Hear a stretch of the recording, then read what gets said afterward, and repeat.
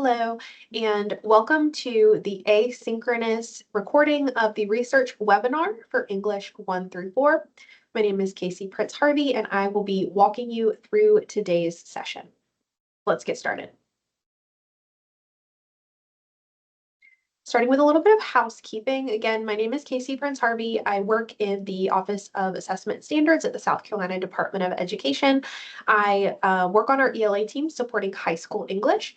I also have elementary and middle level counterparts, and they will be hosting their own webinars in the near future also on this topic. So we're working through a series on research at each of our levels. If you are registered for this webinar and are looking at this recording, you will also be receiving the note catcher with all of the resources that are referenced in today's session. So as you look at the slides, you may see that there are a few slides where there is a circle with a number in the bottom right or top right corner. And that's going to indicate that there is a prompt or an activity that has a space on that note catcher that corresponds with the information on that slide. You will also have links to articles, other resources, some additional activities, all on that note catcher. So it's going to be both your note catcher and your landing page.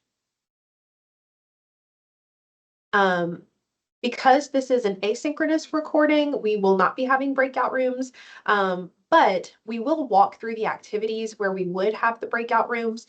So if you are using this as a support for other teachers in your district or in your department, for example, this would be an opportunity to build in those collaborations either through breakout rooms or through small groups. And then lastly, high quality instructional materials. So during today's session, we will be providing some instructional resources and supports. We'll also have some things linked on that note catcher.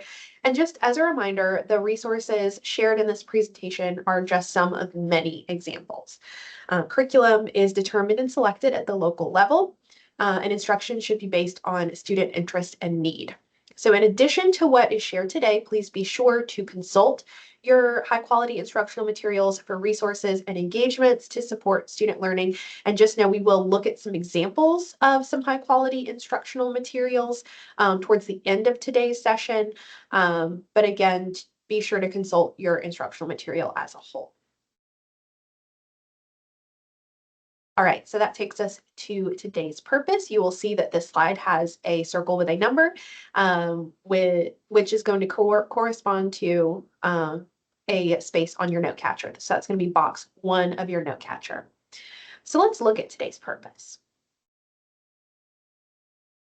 Our purpose for today is to understand content and rigor expectations of research for high school students in order to develop and provide standards-based instruction using high-quality instructional materials and evidence-based strategies. So as you can see, this statement is full of educator lingo. So take a moment on box 1 of your note catcher and deconstruct the statement. Break it down into the verbs, the nouns, and in your own words, jot down what you think you should be able to do by the end of today's session. Again, that's on box 1 of your note catcher.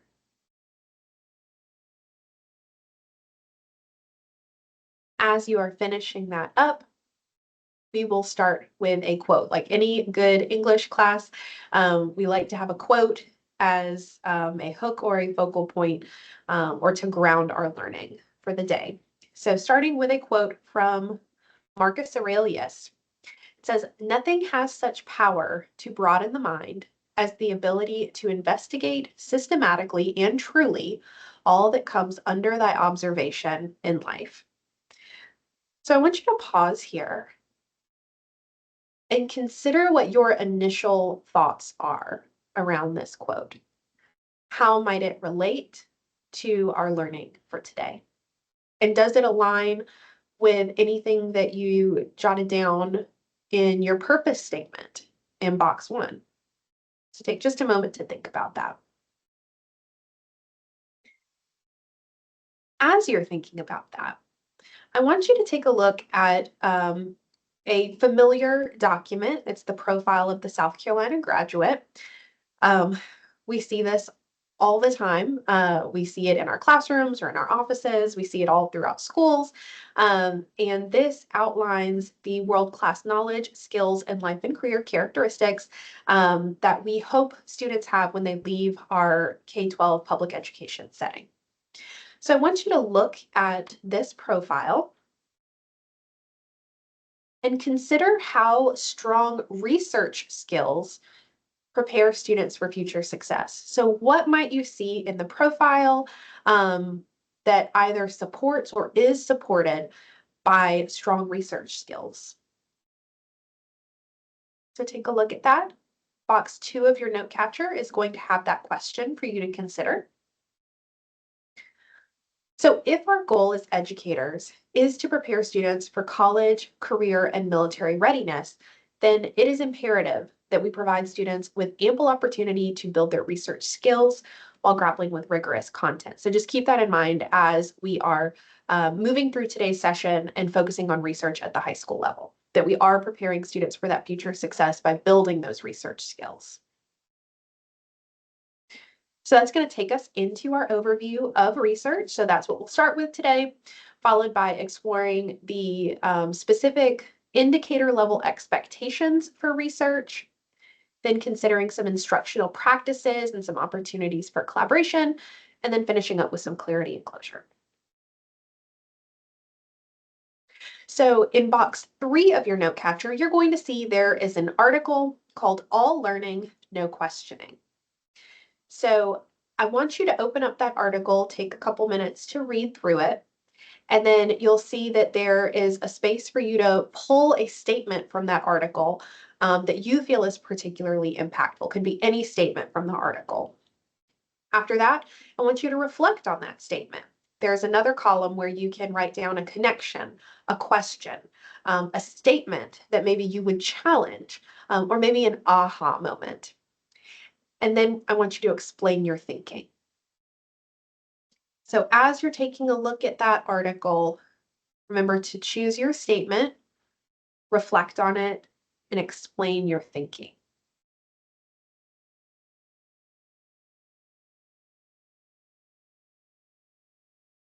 As you're doing that, you may notice that there is an emphasis in the article on what happens if students do not have the opportunity to explore, ask questions, be curious, and why that is such an important skill, that skill of curiosity for success outside of the K-12 setting.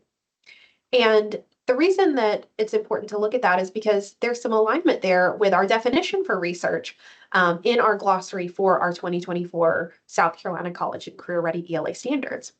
So let's review the language of that definition. We see that research is the process of investigating and studying sources and materials in order to establish and gather facts, reach new conclusions, and satisfy curiosity. So what words or phrases draw your attention? Does this definition align with how you see research taking place in the high school ELA classroom? Well, one thing that draws my attention and connects back to the article that you just looked at is that piece on satisfying curiosity.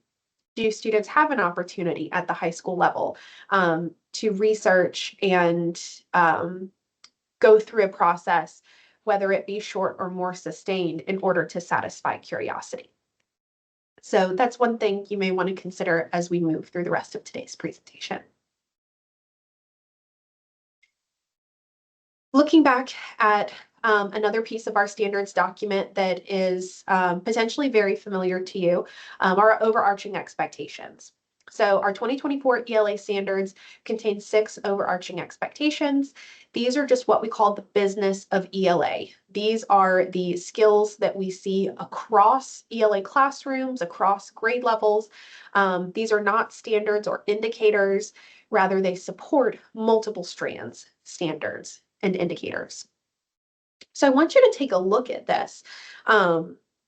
graphic that's in front of you with the 6 overarching expectations and consider where research may play a role or how these skills may support research.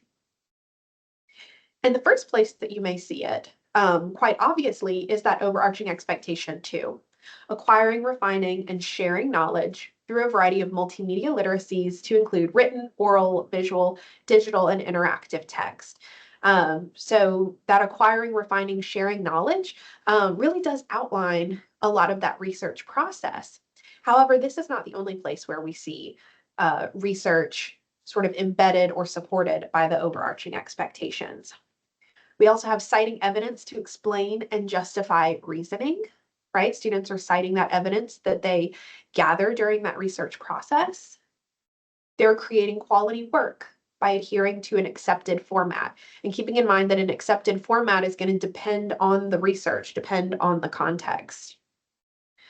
As a part of their research, they're going to read and write for a variety of purposes, whether that be academic or personal for extended periods of time. As they're reading or writing for the variety of purposes as a part of that research, they're going to make inferences in order to support their comprehension. And lastly, let's think about this. Can research be a collaborative experience? Is research only ever done individually? Well, no, of course not. Research can certainly be a collaborative opportunity. So what's important to point out here and notice is that research has the potential to incorporate all 6 of ELA's overarching expectations, which makes it quite unique compared to our other strands. That it's going to hit so much within the overarching expectations and also is a huge component of that profile of the South Carolina graduate. So it's not something that we want to shelve or set aside to one singular unit, but skills that we want to incorporate throughout. So, as a reminder, there are 4 strands within our 2024 South Carolina College and Career Ready Standards. Many of these we have hosted webinars or have supports already created. So those 4 are foundations of literacy, applications of reading, research, and then written and oral communications. So we're focusing today just on that research strand. So what's important to know about the research strand? Well, the first place you may want to start is with our explanation of strands. So you'll see in box 4 of your note catcher, there's going to be a link to the explanation of strands. And at the bottom of page 18 of that document, there is a section that explains the research strand. So the explanation of strands document takes all 4 of those strands and has a section that explains the philosophy, the pedagogy, the research behind that strand, and why it is there and structured the way that it is structured. So you have the whole thing, but when you go to the bottom of page 18, you'll see the section that is specific to research. So I invite you to take a moment to look at just that section on research. And then box 4 of your note catcher is going to have this 4A evaluation graphic organizer. So as you read that section on research, I want you to jot down your assumptions. So what assumptions might the author hold? Agreements. What information do you agree with from that explanation of strands? Arguments. What arguments are being made? What arguments might others make in response to the information in the explanation of strands? And lastly, assessments. So what is strong? What is missing? And what are the implications of what you read? So take a moment to review that section on research and jot down your thoughts using the 4A graphic organizer.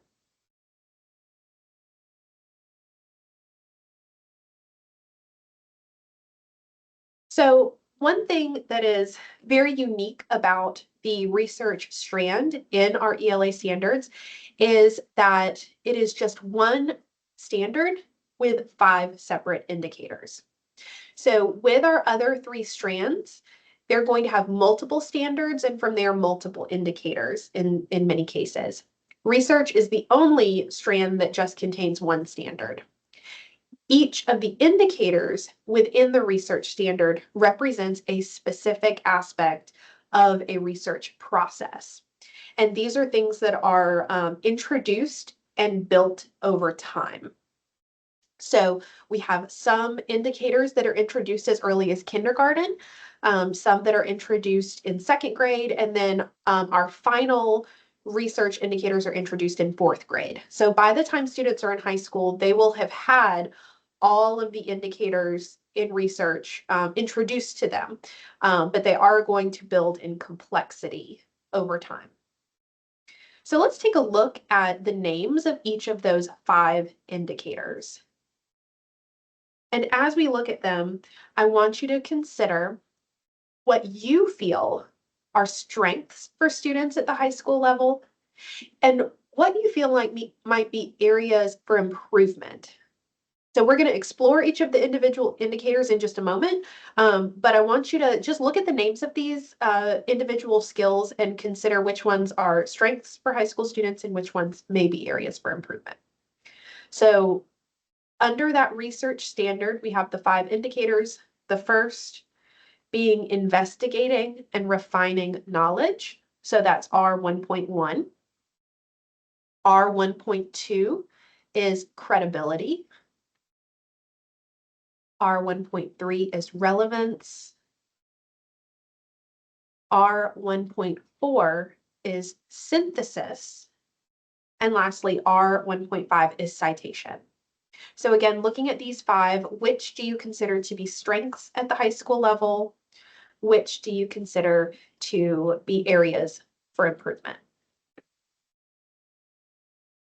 As you think about that, it is important to note, and I think important to note early on, that there is a support document just for the research strand. So that is linked on your note catcher right underneath that section 4 as a place for you to explore. And so before we dive too deep into the grade level indicators, I want you to know that you have that resource available to you on the note catcher and on our website, on the instructional resources page. And take a moment to look and explore that resource and engage in some connection making. So first, look at that research support document. What's included in it? So what are the different sections? What sort of information is in there?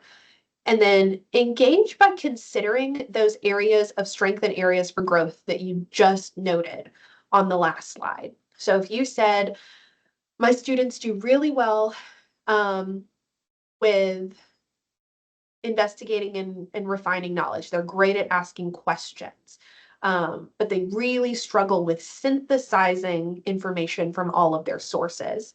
Think about how the information in that resource might support your planning and instruction around those areas. Okay. So again, just know that resource is available to you in addition to the other resources we will talk about today. And they may be a support for the areas that you feel like are those sticking points for students at the high school level.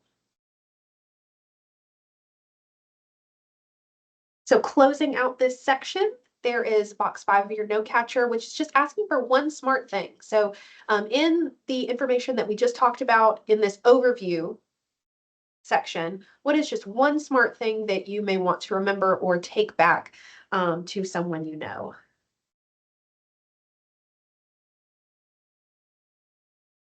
All right, that is going to take us to our next portion of the agenda, which is going to be exploring expectations.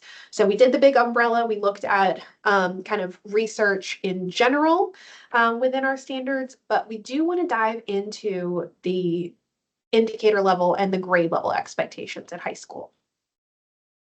So we do have a vertical progression for research. Appendix B of the standards document is going to house the vertical progressions for all of those standards.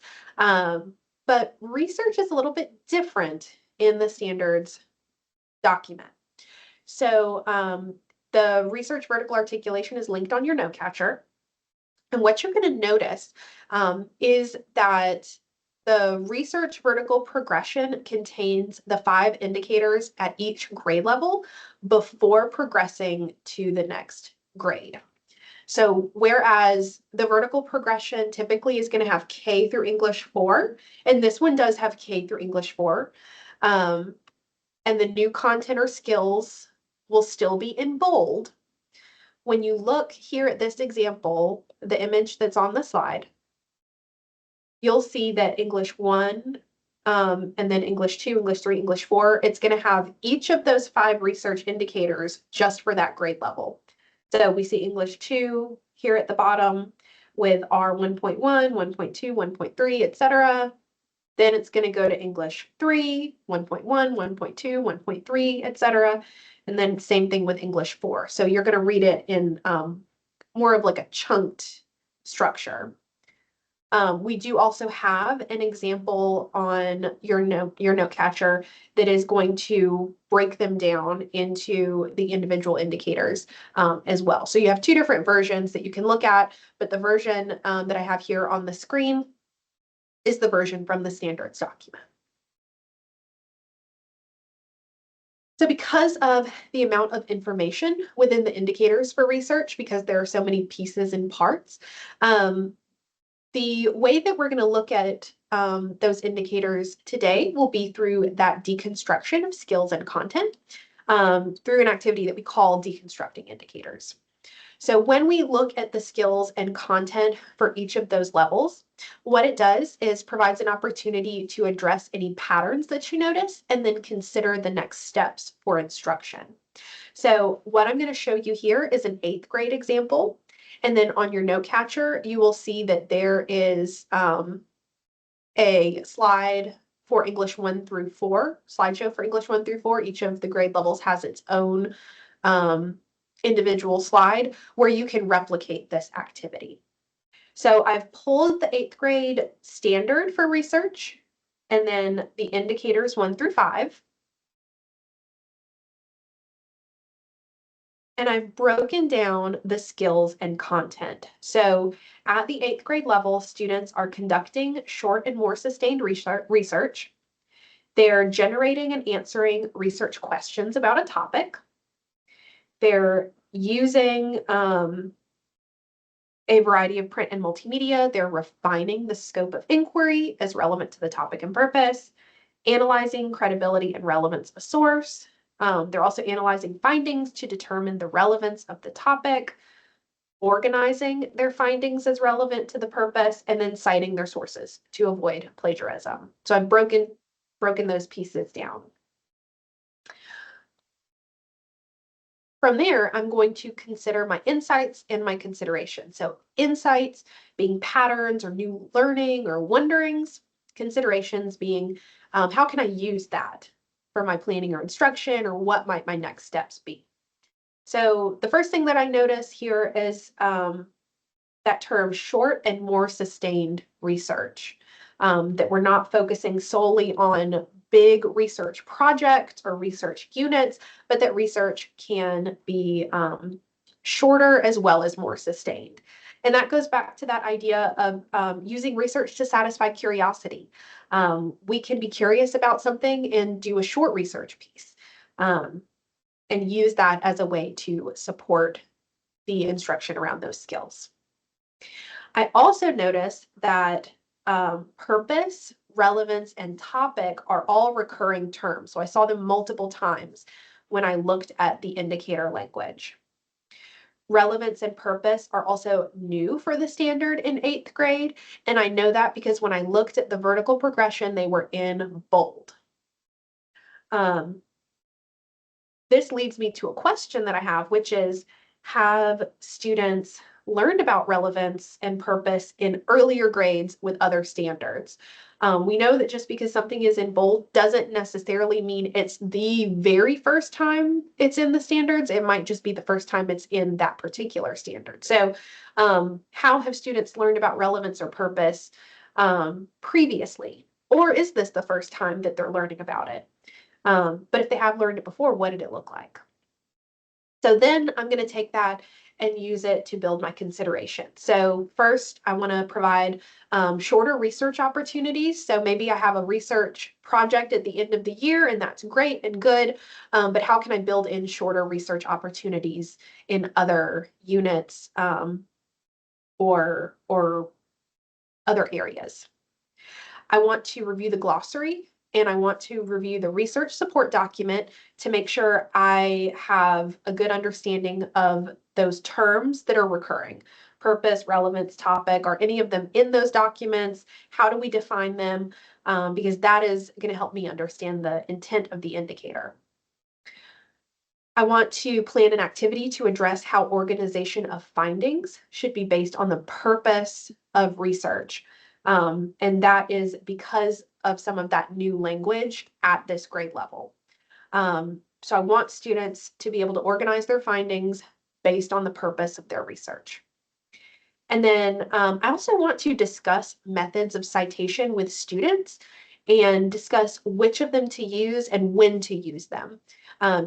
You will see in the standards document, there is no one agreed upon citation format. There's no strictly MLA or APA or any of those. Instead, it should be based on content, context, and the purpose. So we may discuss some different citation options and which ones you might use for which purposes. So from here, we would move into a breakout room. However, if you're looking at this asynchronously, then I would encourage you to just work through the section in box 6 of your note catcher. It's going to take you to a slideshow that you should have editing access to. And it's going to have a slide for English 1, 2, 3, 4. So you can make your own copy if you want. You can also, if you are sharing this with teachers, you can break them into their own breakout rooms or break them into small groups.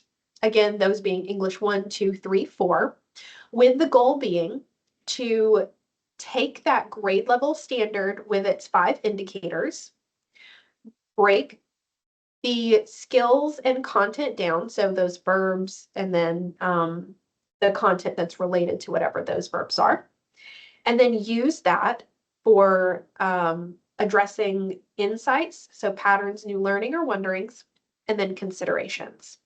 So instructional implications, next step. So what could you do with what you learned when you broke down those indicators into the skills and content?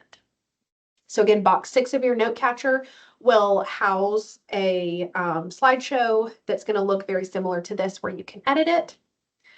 And then that top white box on the slideshow is going to tell you which grade level you're looking at. So in this case, we see the example is English 1. Just like that. Okay, once you have done that, then it's time to look at how to turn those expectations into action through instructional practices. So I would encourage you again to complete that indicator breakdown, maybe share, look across the grade level, see if there are any patterns that you notice before moving into instructional practices and collaboration. So as we talk about instruction and instructional practices, it is important to remember that our instruction should align to the intent of the grade level indicators. That's why we spend so much time at the beginning of our webinars really understanding the strand, the standard, the indicators, looking at grade level intent in order to craft that instruction that is aligned to the intent of the indicators. This instruction then helps to determine how we formatively assess our students' learning. So we use the grade level indicators to craft our instruction, which is aligned to the indicator intent, and then use that to ensure that our formative assessments truly match what students are expected to know. And it's important to remember that this process is iterative. So we might use that formative assessment or feedback to determine which indicators we need to revisit, or if there are certain instructional strategies that we need to adapt to support our learners. And I wanted to pause on this slide because this alignment is what guides our work through this next section, always remembering that we go back to the intent of the indicators to support the instruction. It's also important to remember that research as a strand, standard, and set of indicators does not exist in isolation from other standards. So just like we wouldn't have a reading unit, we wouldn't have just a research unit that exists on its own. Rather, research is an opportunity to intentionally bundle our indicators. So in box 7 of your note catcher, you will see that there are a few examples of the overall research standard next to another standard.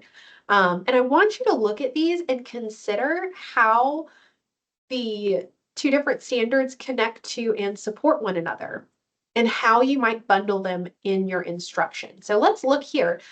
We see the overall standard for research, right? It says use critical thinking skills to investigate, evaluate, and synthesize a variety of sources to obtain and refine knowledge.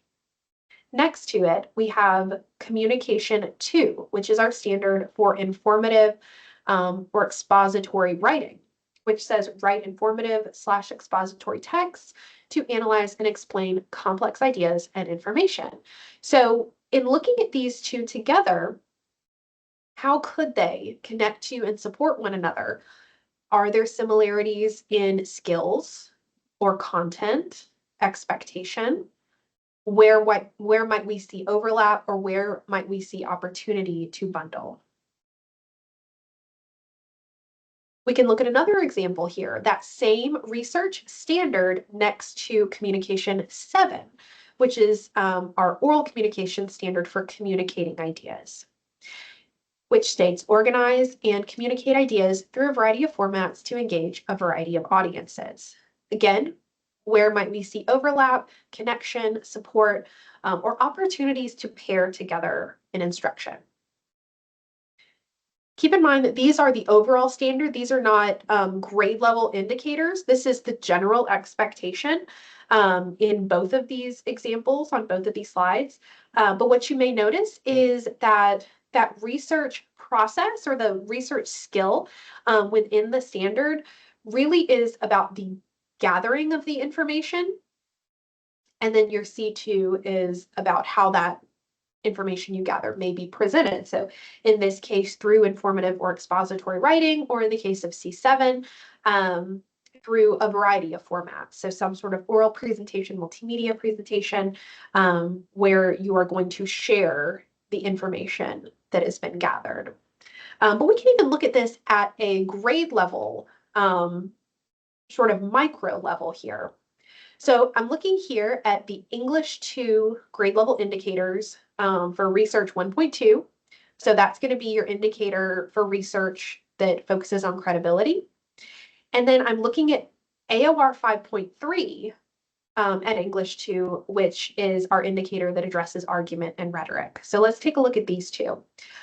Research 1.2 at the English 2 level asks students to analyze the credibility and relevance of sources using only those that are credible and relevant to the topic and purpose of inquiry. The English 2 indicator for AOR 5.3 asks students to compare how two authors with opposing views develop arguments in informational text, evaluating the effectiveness of each author's reasoning, rhetoric, and/or validity of claims. So how might opportunities present themselves with these two indicators to intentionally bundle an instruction? Is 5.3 an opportunity to look at sources using those skills of evaluating or comparing, looking at argument and rhetoric, and then using that to determine credibility, for example? So again, just things to consider. But box 7 of your note catcher has each of those 3 slides, each of those examples, with a space where you can consider how the grade level indicators connect to and support one another. So why does this matter? Why would it be important for us to look at this information side by side? Well, the explanation of strands document, which you looked at earlier, explicitly states and makes clear that the intent of our ELA standards is not to teach them in isolation, but to group and intentionally teach the indicators based on need and relevance. In other words, not all indicators require separate lessons, activities, or resources. Purposeful planning on the part of the teacher can yield effective and efficient benefits.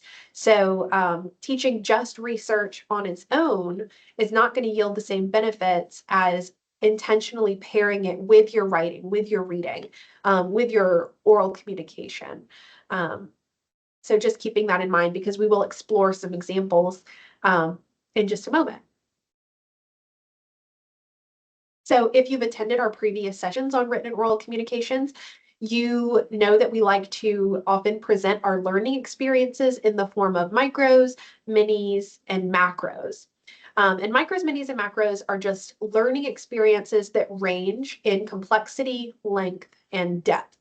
So while some indicators can be explored through those micro experiences, the bundling of multiple indicators may be explored in a culminating experience. And it's important to remember again that the research standard addresses short and more sustained experiences. So not all research has to end in a large scale research project, for example. So when we talk about micros, minis, and macros, which again, we have shared through our written and oral communications webinars, we talk about micros as being experiences that are less than one class period, mini experiences being 1 to 2 class periods, and then macro experiences being those more culminating experiences. And what's important is that students have access to a variety of these experiences. So micro experiences, again, are opportunities to maybe focus on an individual indicator or sub-indicator, and to work through that multiple times in multiple ways. Whereas a macro experience may bundle multiple indicators or be that culminating experience. So in box 8 of your note catcher, you will see that you have some micro, mini, and macro resources for research at the English 1 through 4 level. So there is a folder there that's going to break the information down into micro, mini, and macro levels. And each of those is going to have 2 examples. So within that folder, all of the research indicators are represented through those experiences, and all of those grade levels, English 1 through 4, are presented through those examples. Some have been created using information from the research support document, which we discussed earlier and which is linked on your note catcher. Some have also been adapted from previous sessions. So if we hosted a session on informative writing, for example, we have pulled that here and tied it to research indicators or made an adaptation to better connect to research indicators. And this is purposeful to show that indicators can be intentionally bundled. So I want you to take some time to look at the folder that is in box 8 and consider what we have here, that USA graphic organizer. So looking at the examples, consider which ones you might be able to immediately use in your planning and instruction. So is there something that you could immediately grab and take to support your students or the teachers that you support if you work at a coaching or specialist level?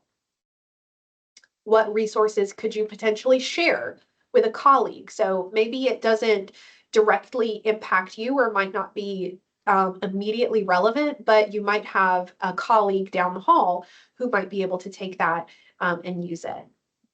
And then lastly, what resources could you adapt to align with your grade level or instruction? So you may see an example that is an English 1 example, but you teach English 2. So how might you take that example and adjust it to meet the intent of your grade level indicators? So please take time to explore those resources based on your own interest or your goals for instruction. think about what you said might be an area of growth for your students earlier on. Maybe use that to guide. And then also note that in the folder, you have the micro, mini, and macro master list included as a reference. So this is going to house every micro, mini, macro that we have created for previous PD sessions as well. So any that we've created for writing, any we've created for oral communications, those are all housed on that list. Again, considering how you might take those and adapt them to meet your needs. So once you've had an opportunity to do that, then you have an opportunity for collaboration. So again, this would be a breakout room opportunity. In this case, we will just talk about the example. But if you are looking at this on your own later on asynchronously, then you will see that box 9 of your note catcher does have a set of resources that you can access and work through. Or if you are using this to host PD, then you can always break your participants up into breakout rooms or into small groups. Again, those groups being English 1, 2, 3, and 4. So in box 9 of your note catcher, there are collaboration documents for English 1, 2, 3, and 4. Each of those collaboration documents is a forced copy, so you'll make your own copy, and it will have 2 examples from one of the state adopted high quality instructional materials. So each of the high school textbook adoption options is listed on there, and there will be 2 examples. So one example is going to be a non-research sample. So it's going to be something that's more aligned to reading or writing. The second example is going to be something that is more aligned to research.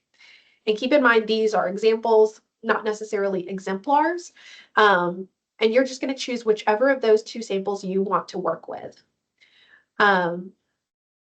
So when you do that, you want to review the lesson, consider its alignment to those indicators, and then you're going to choose one of the research indicators that could be integrated into that lesson. You're going to discuss that integration. So how could you support whatever that lesson is from the HQIM with research? Then you're going to choose a resource or strategy from those folders that you looked at before that could enhance that lesson and allow students to practice their skills. So take all the time that you need to do that. Again, we are working on supporting the skills around research, whether that be a research lesson that is already there that you just want to beef up, or a reading or writing lesson that you want to intentionally incorporate research into through that bundling. And that's going to take us to our clarity and closure. So box 10 of your note catcher is going to have a reflection activity called triangle, circle, square. And it's just an opportunity to, again, reflect on your learning.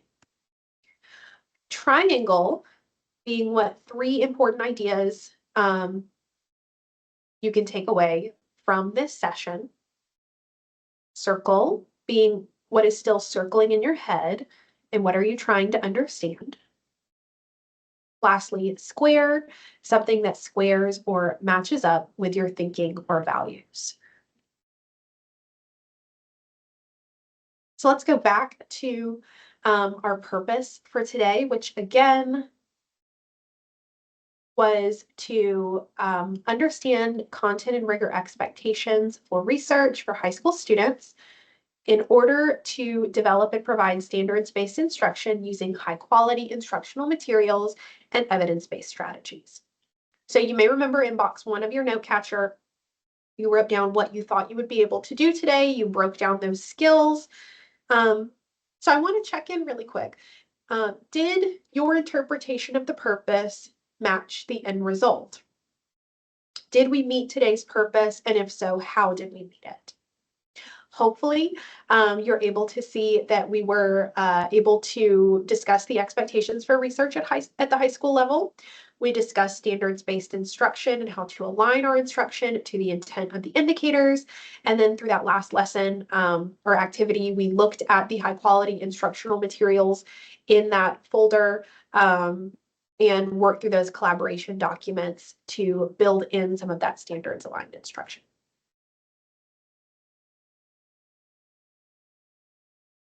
All right.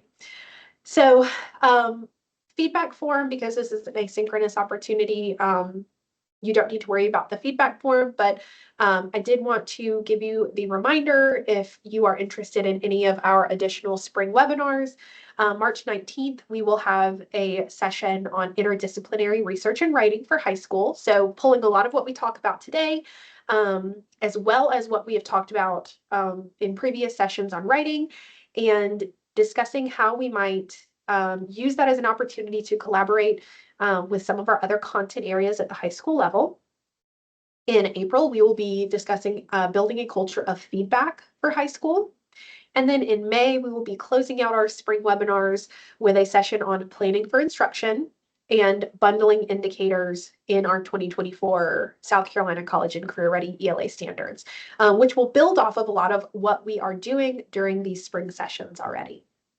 And also as a reminder, we have a March 13th office hours from 4:30 to 5:15 that I will be hosting on application of reading 6.1. That is your standard that addresses summarizing and paraphrasing.